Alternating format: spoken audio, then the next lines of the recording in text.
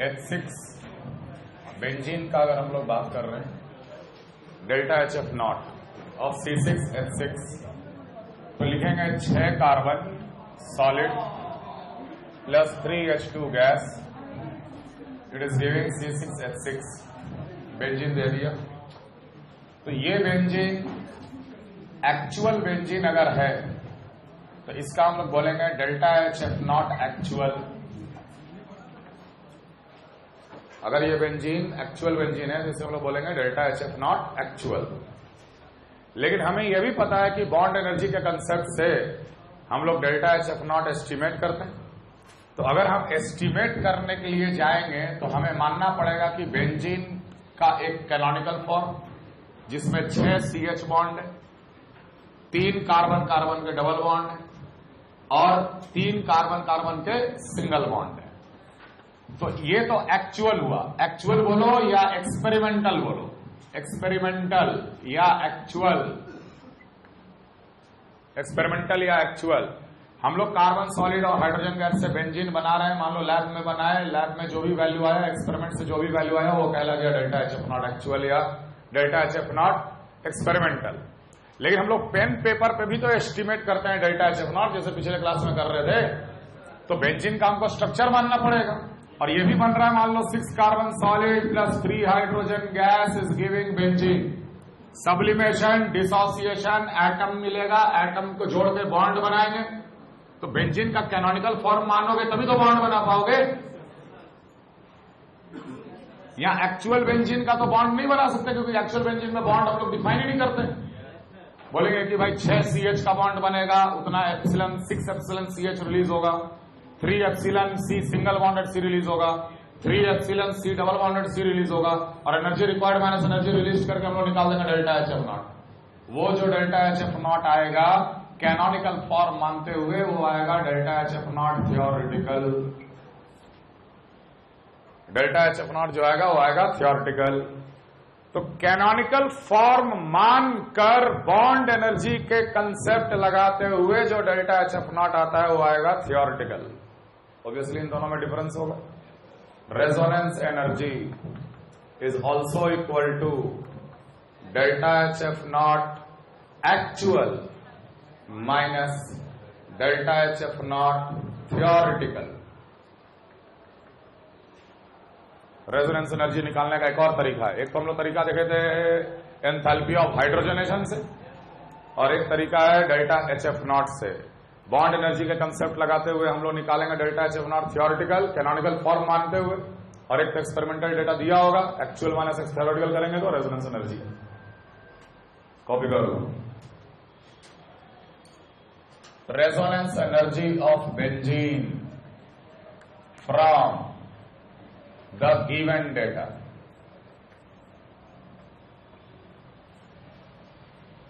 Delta H naught combustion of CH4 alpha, delta H naught combustion of C2H6 beta, delta H naught combustion of C2H4 gamma, delta H naught combustion of hydrogen delta H naught combustion of carbon solid omega, delta H naught sublimation carbon solid मान लो X, delta H naught dissociation of hydrogen is Y and delta HF naught of C6H6 दिया हुआ है मान ले H। इतने data दिए गए। ये बॉन्ड एनर्जी का लॉन्गेस्ट क्वेश्चन है। हम बोले थे ना कि धीरे धीरे हम लेंथ बढ़ा रहे हैं, लेकिन कंसेप्ट वही है। ये सबसे लंबा सवाल पॉसिबल।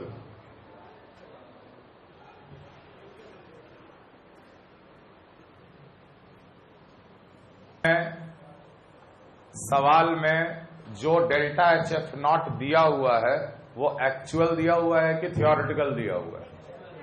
Obviously actual. क्योंकि एक्चुअल आपके पास लैब तो नहीं है कि लैब लेके एक्चुअल कैलकुलेट करोगे, समझ में आ रहा है? तो एक्चुअल वाला हमेशा दिया गया होगा और बॉन्ड एनर्जी का कंसेप्ट लगा के थियोरेटिकल वाला निकालना होगा, तब जाके रेजोनेंस एनर्जी निकलेगा। समझ में आ रहा है? तो delta H F not actual is given, calculate the delta H F not theoretical.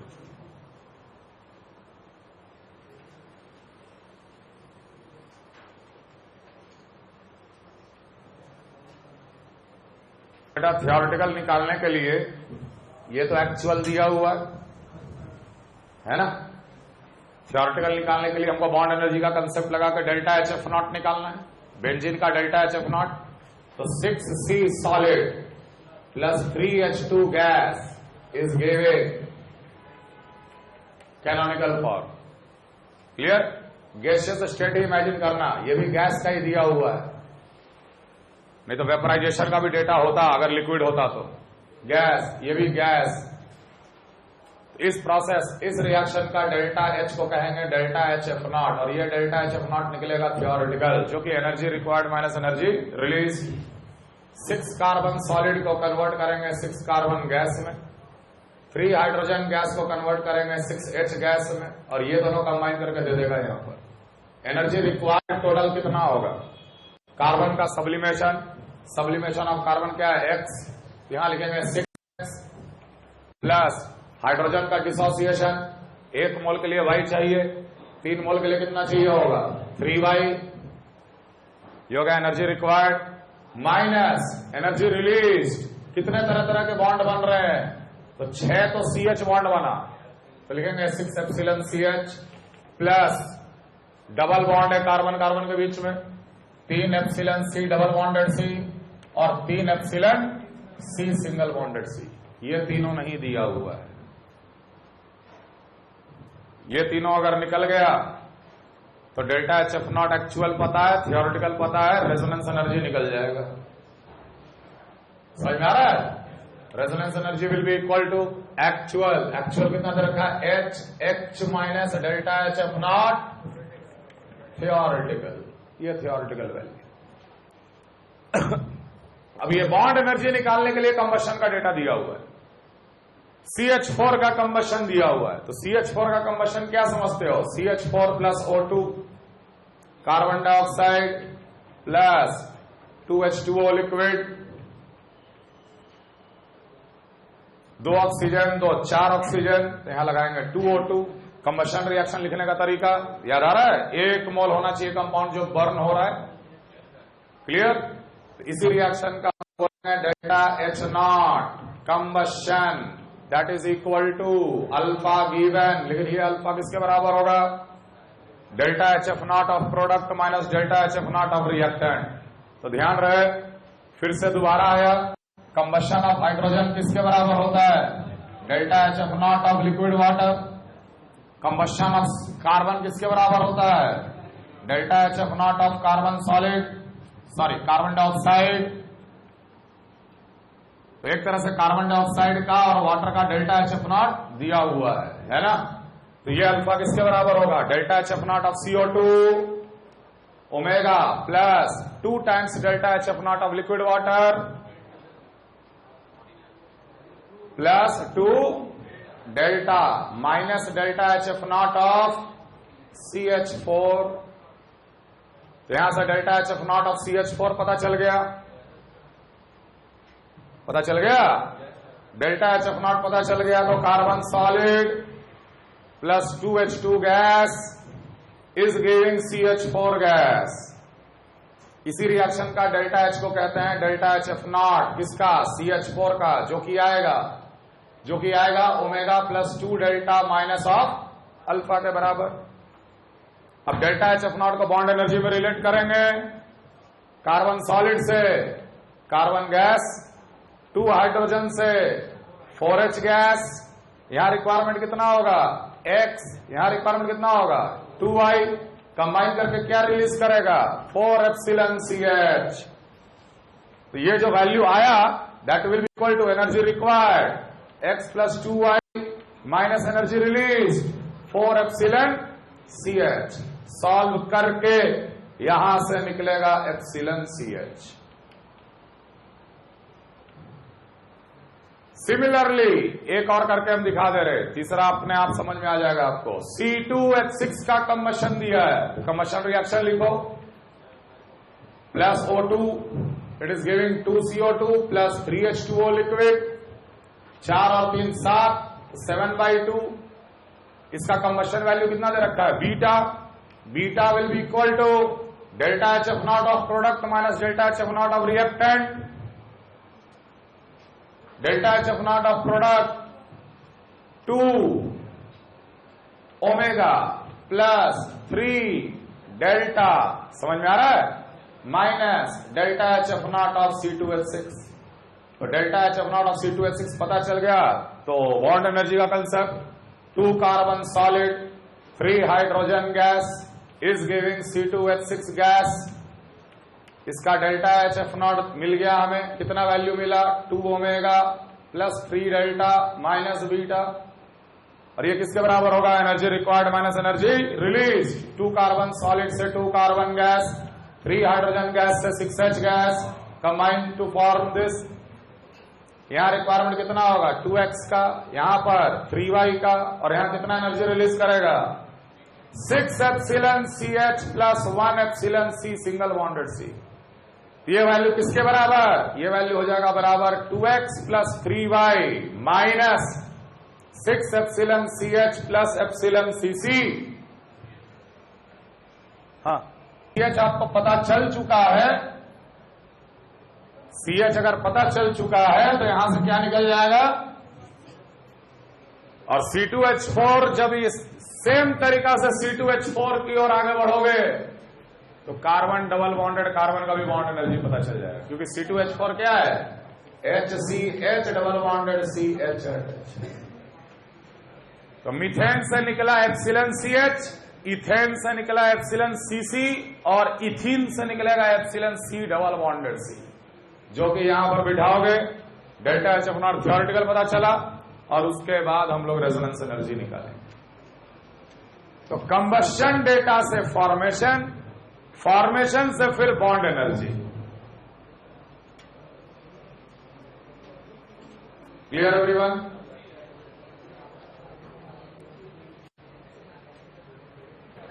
The delta H0 combustion of C6H6 liquid by the data given. By the data given. पहला data दिया हुआ है resonance energy of C6H6 liquid alpha,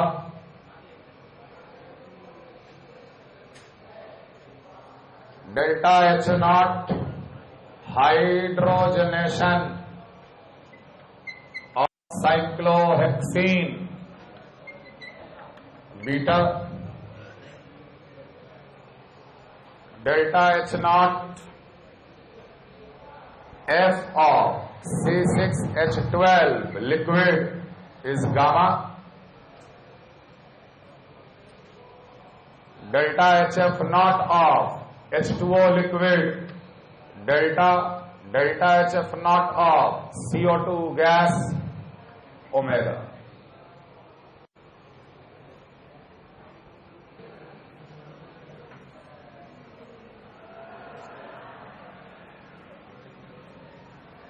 Delta H0 combustion of benzene liquid C6H6 liquid by the data given। Resonance energy इसमें दिया हुआ है, उसको हम लोग किस तरीके से इस्तेमाल करेंगे। तो देखो, delta H0 combustion of benzene liquid जो पूछा जा रहा है वो एक्चुअल डेल्टा H0 combustion पूछा जा रहा है। मतलब कि जब हम इस बेंजीन को बर्न करेंगे ऑक्सीजन में, कौन सा बेंजीन? एक्चुअल बेंजीन, थियोरेटिकल नहीं। जब हम इस बेंजीन को बर्न करेंगे ऑक्सीजन में तो मिलेगा 6CO2 प्लस 3H2O लिक्विड, क्योंकि ये C6H6 है। 12 और 3 15, 15/2O2 डेल्टा H0 कंबशन, ये पूछा जा रहा है।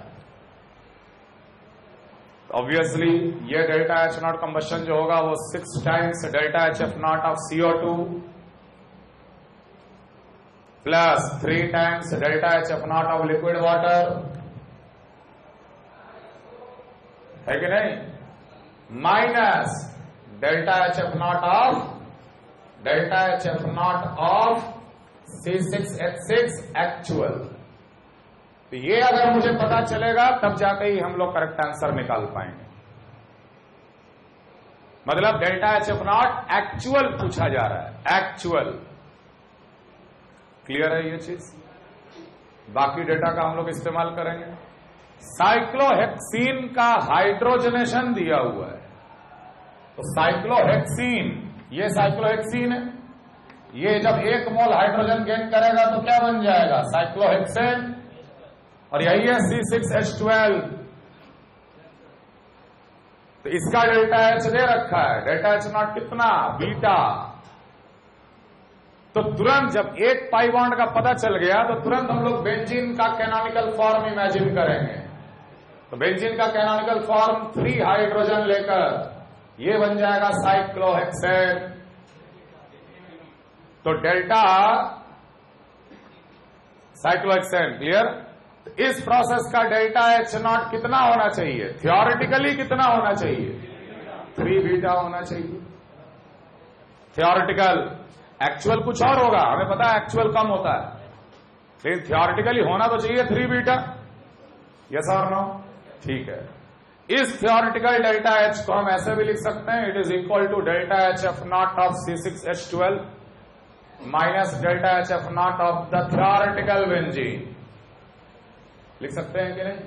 तो delta H F not of C6H12 दिया हुआ है गामा, ये हो जाएगा gamma minus delta H F not of कौन सा, कैनोनिकल फॉर्म, थियोरेटिकल बेंजीन। तो ये निकल गया यहां से delta H F not of canonical form, that will be equal to gamma minus 3 beta. लेकिन ये वैल्यू हम यहां नहीं बिठा सकते, हमें एक्चुअल बेंजीन का डेल्टा एच एफ नॉट चाहिए। तो हमें पता है कि resonance energy is equal to delta H F not of actual minus delta H F not of theoretical canonical form. Resonance energy दिया हुआ है, that is alpha, that will be equal to delta H F not of actual benzene minus delta H F not of the theoretical benzene minus gamma plus 3 beta. यहां से निकालेंगे ये value, बैठाए, answer तैयार है। तो जब रेजोनेंस एनर्जी दिया हुआ है तो कैसे उसको इस्तेमाल करना है, ये क्लियर है? Clear everyone?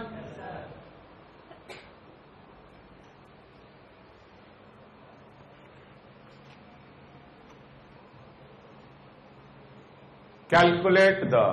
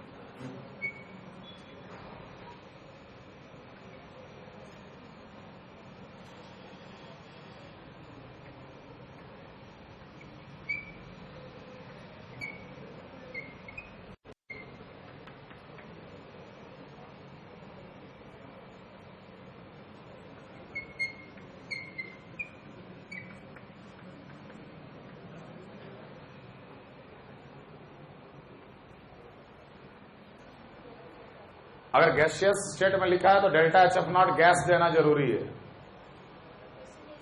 बिल्कुल, डेल्टा एच नॉट कंबशन की बात हो रही है तो हमेशा H2O liquid.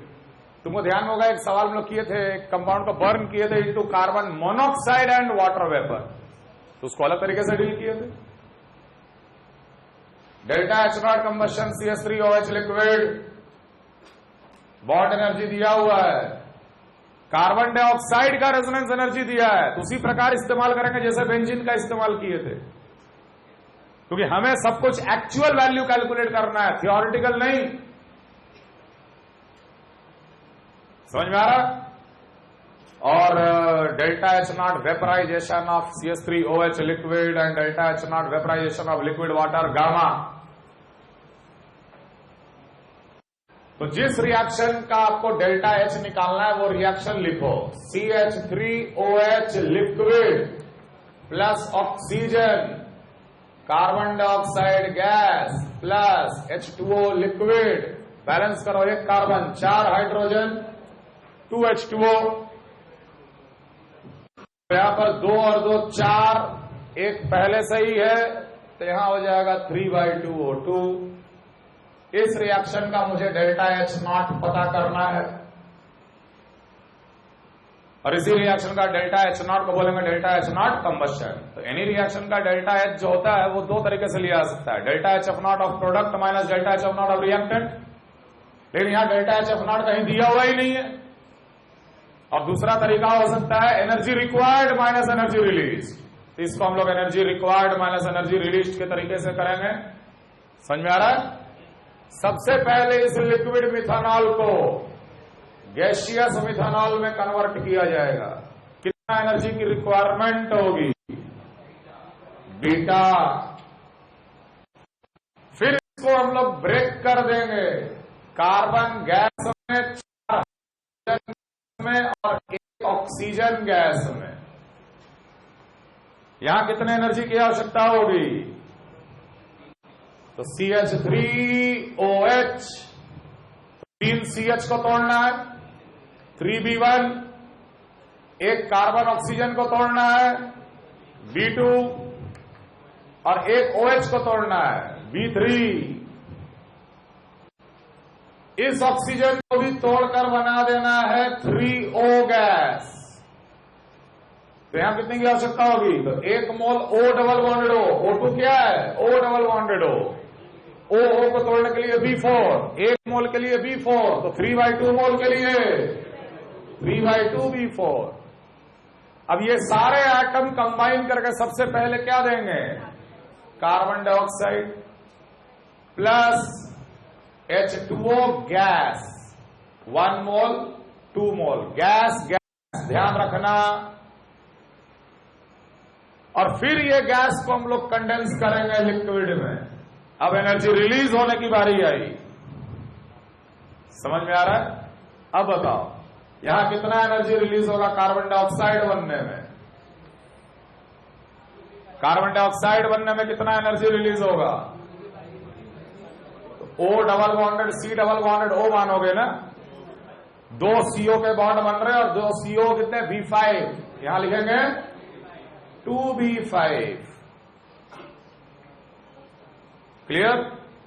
But this is theoretical because the molecule is having resonance, उसका रेजोनेंस एनर्जी भी है। वाटर बनने में कितना रिलीज हुआ होगा? 2 मोल वाटर बन रहा है, 1 मोल वाटर में 2 OH के बॉन्ड होते, तो 2 मोल में 4 OH के बॉन्ड होंगे। OH कितना? B3, 4B3। इस पे बाद में आएंगे, थियोरिटिकल वैल्यू है, थोड़ा मॉडिफाई करेंगे इसको। और उसके बाद ये कंडेंस होने में कितना एनर्जी रिलीज होगा? 2 गामा, 2 गामा रिलीज। अब बताओ इस कार्बन डाइऑक्साइड के वैल्यू को हम लोग कैसे मॉडिफाई करें?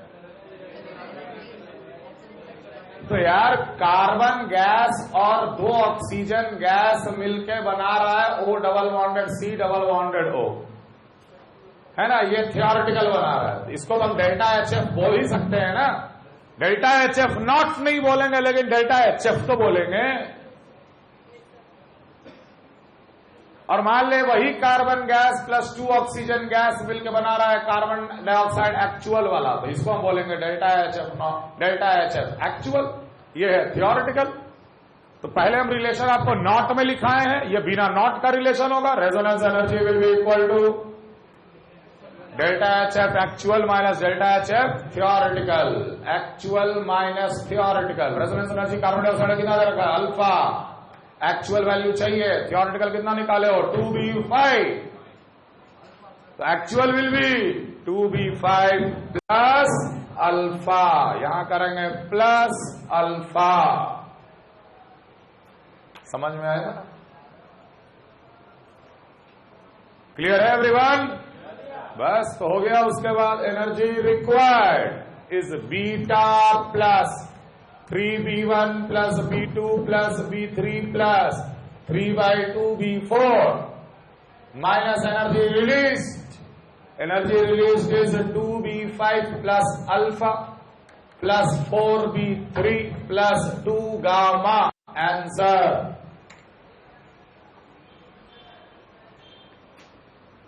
अप्रोच क्लियर है?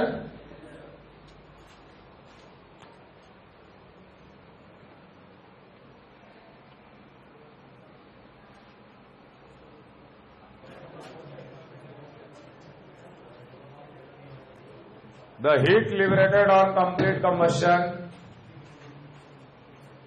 the heat liberated on complete combustion of the heat liberated on complete combustion of the heat liberated on complete combustion of 7.8 gram 7.8 gram of benzene is 327 kilojoule. 327 kilojoule, full stop. This heat is measured at constant volume at 27 degrees centigrade. This heat is measured at constant volume at 27 degrees centigrade. Calculate the enthalpy of combustion of benzene.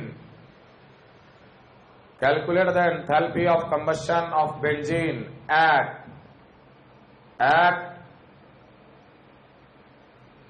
constant pressure. At constant pressure,